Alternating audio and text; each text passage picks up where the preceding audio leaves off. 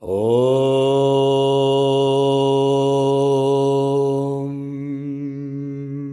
Kayena vacha manasyendrayirva Bhutyatmanava prakriti swabhava Karomi adyat sakalam paresma Narayanayeti samarpayami Narayanayeti samarpayami.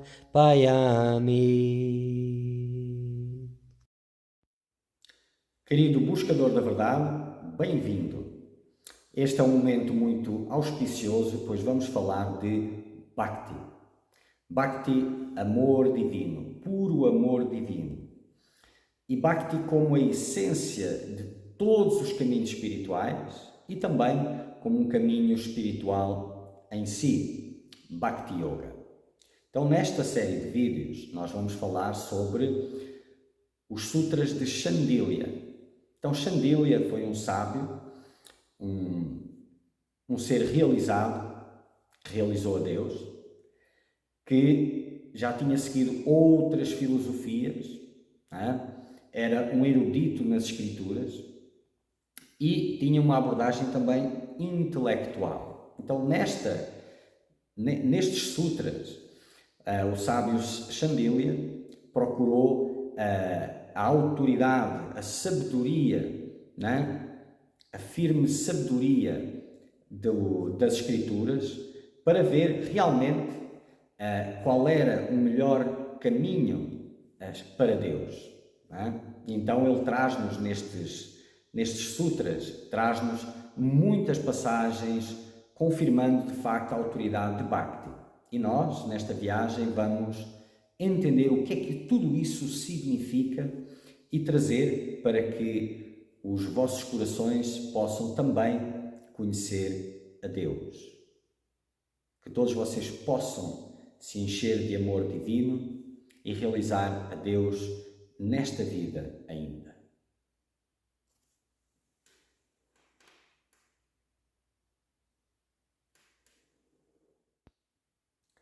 Continuando, Shandilya Bhakti Sutras, Sutra 14.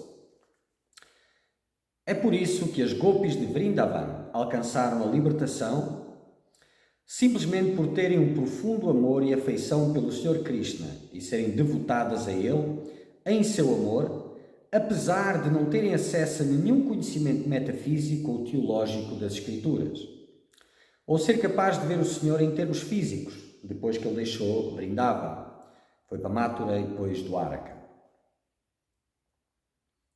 Então, as gopis, que eram moças simples que tomavam conta das vacas, do leite, faziam as manteigas, cuidavam de tudo isso, não é?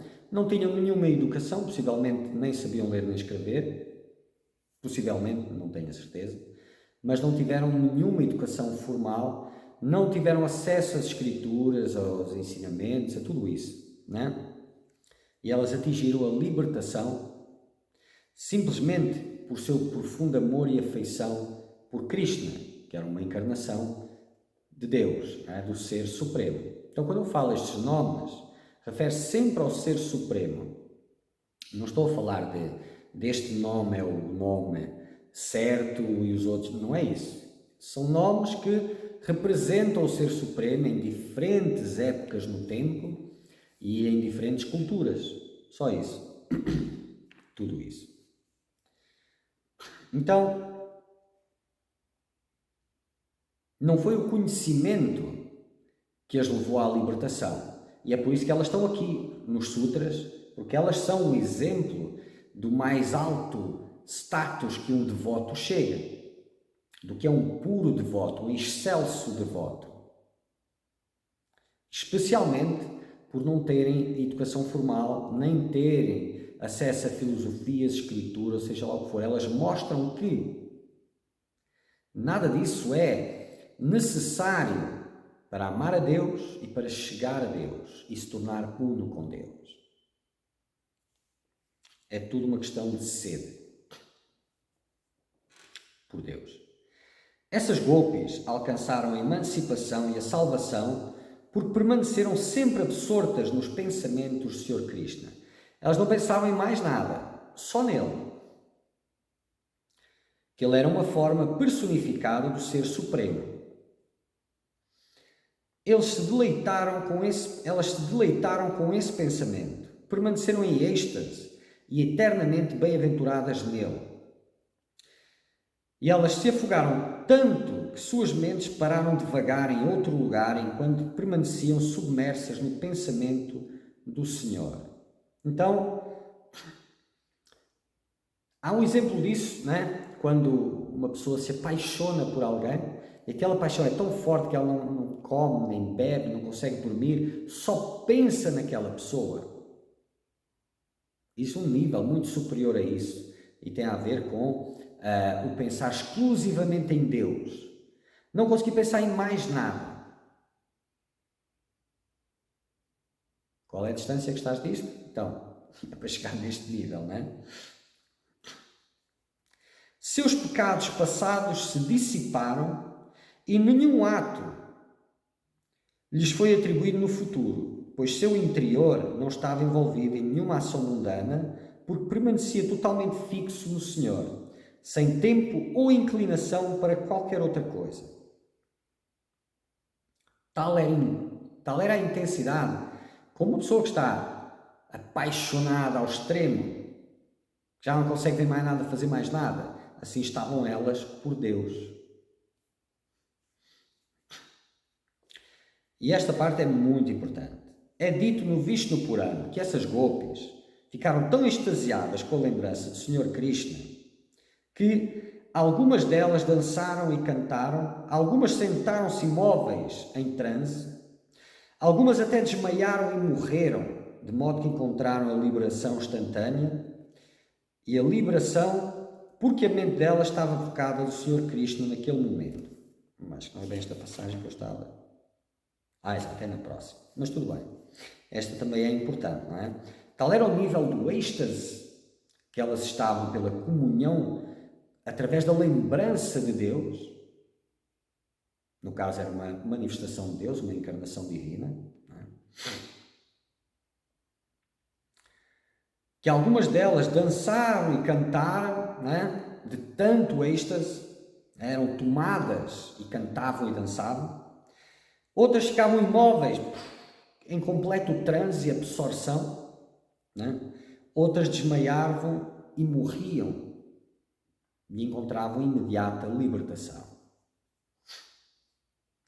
Porque a mente delas estava totalmente absorvida em Krishna.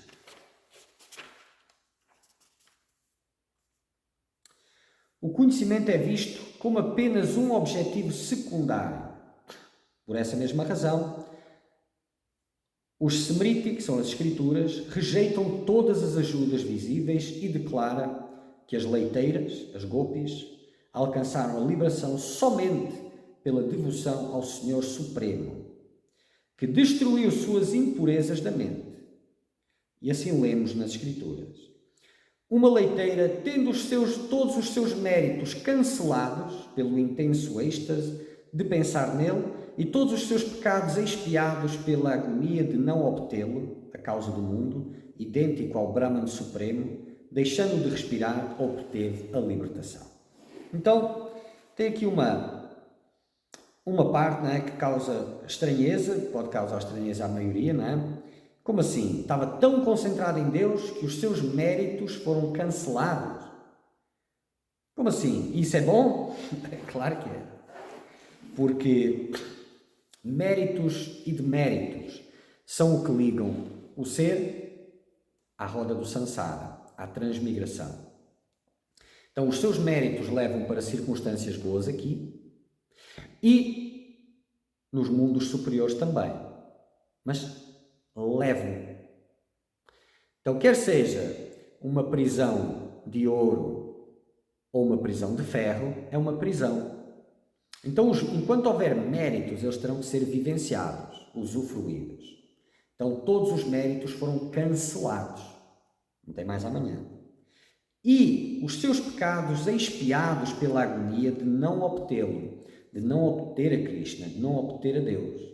Então, muitas vezes, né, para que possam expiar os pecados, aqueles que têm sede de Deus precisam de ficar longe de Deus, e o sofrimento que nasce dessa distância, pelo menos aquele que tem essa vontade de estar perto, o sofrimento ajuda a expiar os pecados.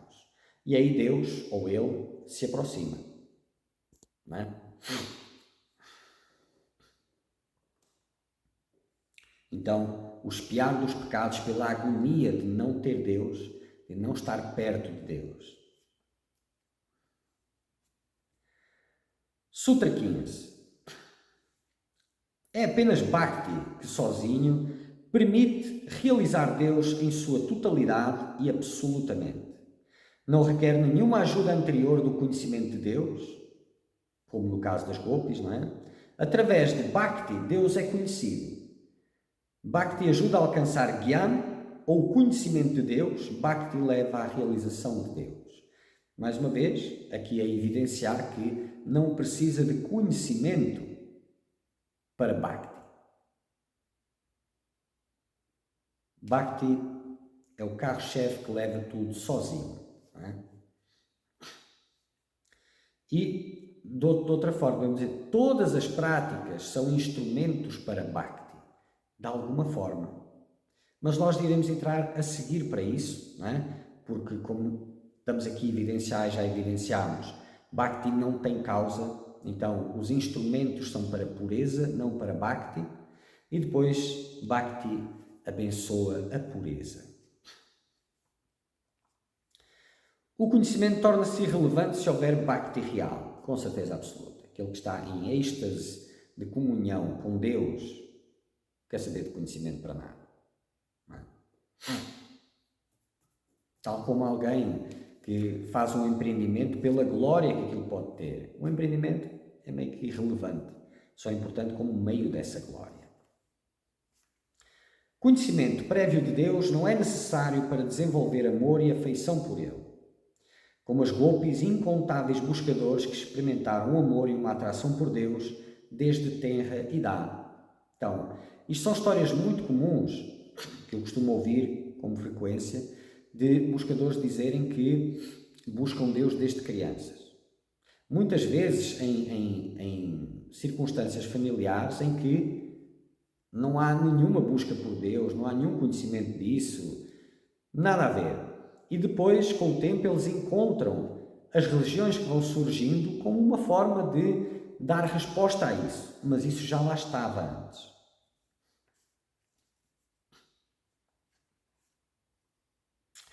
Mas o conhecimento prévio pode ajudar a intensificar esse amor. Como já vimos anterior, o conhecimento prévio de Deus, dos seus feitos, das suas qualidades, de tudo isso, pode ajudar a intensificar esse amor. Bhakti Gyan tem o mesmo objetivo, conhecimento de Deus ou realização de Deus. Verdade. Só que um é feito através do coração, o outro é pela mente. Mas pela mente terá que despertar o coração. Caso contrário, não chega no final da jornada. O outro já vai direto. Isto enquanto para o buscador forem duas coisas separadas. Os dois caminhos, não é? Portanto, tem o mesmo objetivo, conhecimento de Deus ou realização de Deus, estabelecer a unidade da alma individual com a alma suprema, é o objetivo de Bhakti, como também é o objetivo de Gyan. Bhakti é independente, enquanto Gyan depende de muitos fatores. Não há Gyan sem Bhakti, depende dos fatores. Um deles é o Bhakti, a presença da devoção. Os outros fatores são qualificações e etc., dependendo de qual é a linha que está seguindo. Qual é a relação entre Gyan e Bhakti? Está claro no Srimad Bhagavad Gita. Através de ter devoção suprema por mim, o Senhor Deus, o devoto vem a me conhecer na realidade. Quem eu sou, quão grande, majestoso, santo e divino eu sou.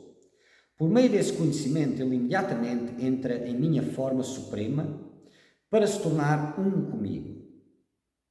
Ele se torna realizado em Deus e alcança a emancipação da sua alma. Então, aqui, o conhecimento, para não ficar confuso, o conhecimento que estamos a falar, que está a ser retratado aqui, é o conhecimento direto de Deus. Conhecimento direto de Deus. Da mesma forma, lemos em Ramcharitmanas: os tormentos da vida não desaparecem sem adorar e ter devoção pelo Sr. Ram. Mas sem a graça de Deus não se pode conhecer a grandeza, divindade, majestade, glórias e verdade do Senhor. Exemplo: ter conhecimento do Senhor.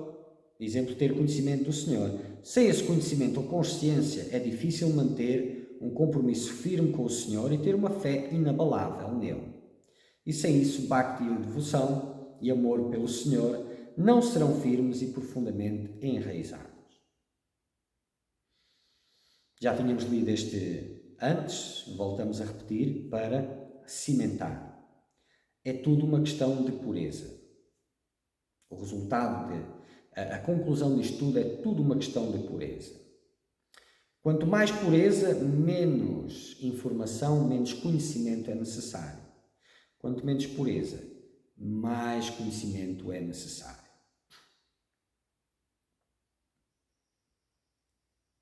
Sutra 16. Esses princípios já foram mencionados anteriormente, nos sutras anteriores.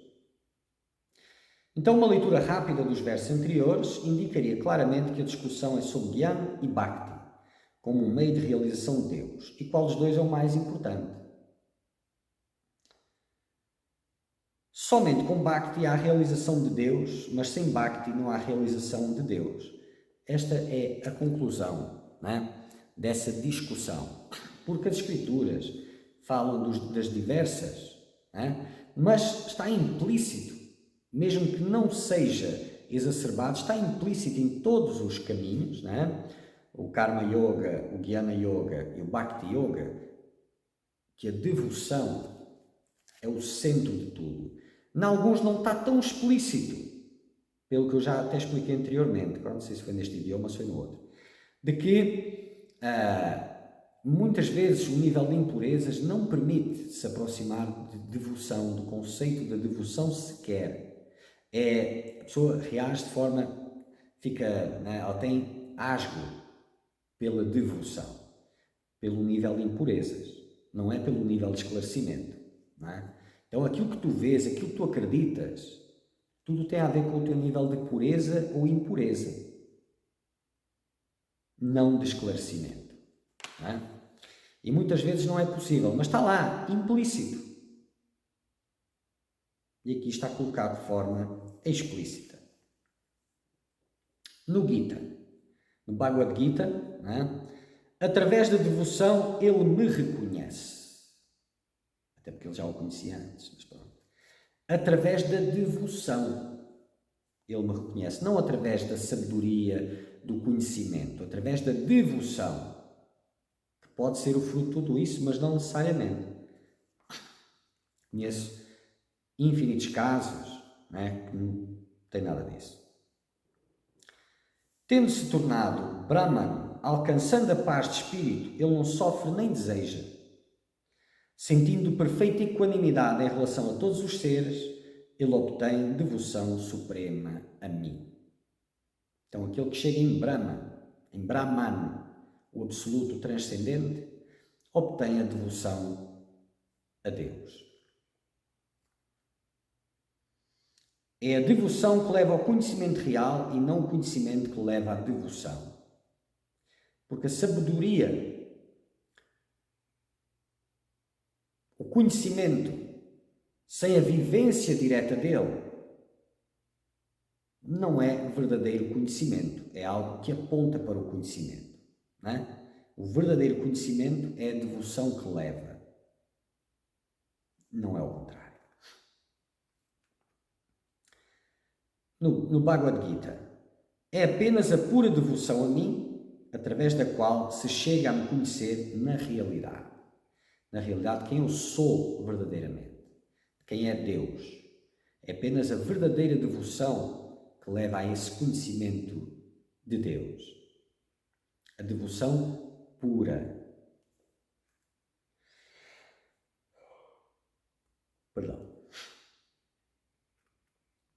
Somente através de Shuddha Bhakti a pessoa é iluminada, que é Shuddha é puro, puro Bhakti, a pessoa é iluminada com o pleno conhecimento da manifestação transcendental de Deus, seus atributos e esportes, e imediatamente a alma pura entra na bem-aventurada morada de Deus. Este é um dos seus ensinamentos confidenciais para o Jiva. Portanto, a realização de um Bhakta, no entanto, tem toda a vitalidade e vivacidade da experiência pessoal direta de Deus. Não há nada nebuloso ou aspecto inconclusivo ou indefinido sobre isso. Então, aquele que realiza Deus não tem mínima dúvida sobre isso, porque não tem nada a ver com nada. É supra tudo. Não há dúvidas, não há equívocos, não há... Então, quem pergunta, será que eu me iluminei? A resposta já está na pergunta. Não. Será que eu realizei a Deus? Já me estabeleci completamente? Não. Será que isto foi a experiência de Deus? Não. Não há dúvidas. Se é, não há dúvidas nenhumas. O verdadeiro Gyan não apenas ilumina o devoto sobre o seu objetivo espiritual na vida, mas também recomenda o caminho de Bhakti a ele. Então, o verdadeiro conhecimento não só lhe diz qual é o verdadeiro propósito na vida, que é chegar a Deus, mas também lhe fala de Bhakti como um meio para isso. Seja em que jornada for. Gyan dá ao devoto a visão do irreal que costuma ser chamado de realidade. Fala da irrealidade do mundo, ajudando a desviar a atenção do mundo para Deus. Ele mostra que o mundo não é real e desvia a atenção para Deus. Em Ramcharitmanas diz: uma pessoa que abandona Bhakti, que é como a vaca que realiza todos os desejos, conhecida como Kamadhenu. Uma história que depois podem pesquisar. E sai em busca da planta da cássia para encontrar sua seiva, para saciar sua sede, em vez de beber este leite, o leite desta vaca, é realmente um sujeito muito tolo. Da mesma forma, uma pessoa que deseja encontrar a felicidade, bem-aventurança, por algum outro caminho exceto Bhakti, é como o tal sujeito tolo que deseja cruzar um imenso oceano simbolizado por este mundo de transmigração, tentando atravessá-lo a nado em vez de embarcar em um forte navio que o levaria facilmente. Então, o caminho sem a devoção, que não contempla a devoção, é como atravessar um deserto, um infinito deserto, e tentar chegar do outro lado. E não importa o quão proficiente ele fique em gerir a sua fome e a sua sede, ele não vai chegar muito longe.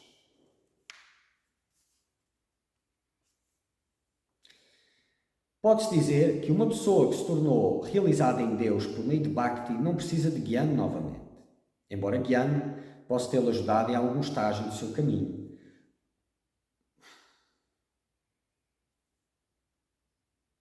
Procura de um exemplo, não é?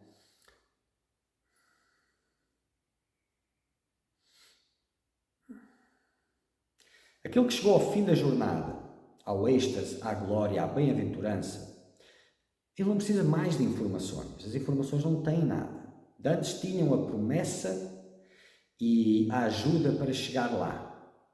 Chegando lá, aquilo já não serve para mais nada. A não ser que aquele ser tenha como continuidade a partilha dos ensinamentos e do chegar a Deus para outros.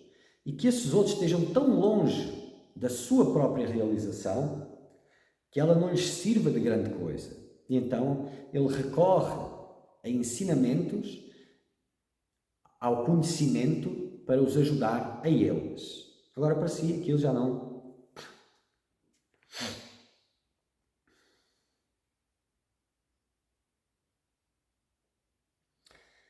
O Gyan, o conhecimento, aponta para algo que está além das palavras. Ou seja, aponta para os frutos da devoção. Então, todo o conhecimento espiritual aponta para os frutos da devoção, que é o que não se vê, é o tal abstrato. E o fruto da devoção é Deus, a experiência direta de Deus. É para isso que aponta o conhecimento. O conhecimento não é isso. Ele aponta para isso. Mas da mesma forma, como um ser nasce e busca instintivamente água, assim também o Jiva, a alma encarnada, busca instintivamente a Deus através dos meios que lhe são possíveis de acordo com os véus que ele tem nos olhos.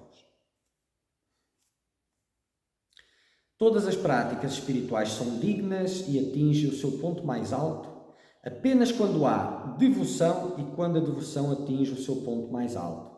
Esta frase é maravilhosa. Vou ler de novo. Não é? Todas as práticas espirituais são dignas e atingem o seu ponto mais alto apenas quando há devoção e quando a devoção atinge o seu ponto mais alto. Pois ela não só é o meio, a devoção como um meio para a devoção, e eu vou explicar isso, ou o caminho da devoção como um meio para a devoção, e a devoção como um meio para Deus, e as outras práticas também. Elas são um meio para a devoção. Só que no caso, não é? Elas servem apenas para chegar à devoção. A devoção faz isso sozinha.